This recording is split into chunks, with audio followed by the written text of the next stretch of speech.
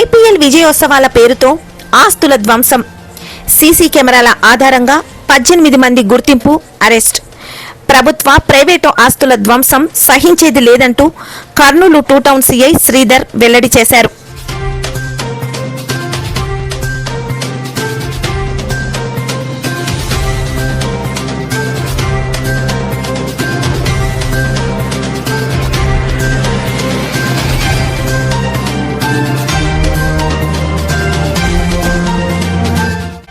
Kurnool 2 town police station నుండి court వరకు నడి రోడ్డుపై తీసుకువెళ్లారు పోలీసులు.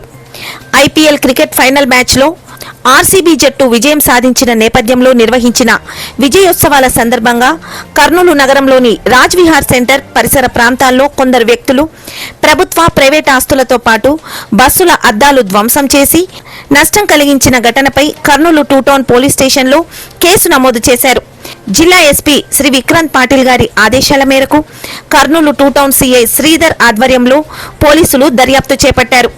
ఘటనకు సంబంధించిన సీసీ కెమెరా ఫుటేజీలు, సోషల్ మీడియా వీడియోలు మరియు ఇతర సాంకేతిక ఆధారాలను పరిశీలించి ఘటనలో పాల్గొన్న 18 మంది వ్యక్తులను గుర్తించి అరెస్టు చేశారు, కోర్టుకు తరలించారు. ప్రజా ఆస్తులు, ప్రభుత్వ ఆస్తులు, ప్రైవేటు ఆస్తుల ధ్వంసానికి పాల్పడేవారిని ఎట్టి పరిస్థితుల్లోనూ ఉపేక్షించబోమని పోలీసులు ఈ సందర్భంగా స్పష్టం చేశారు.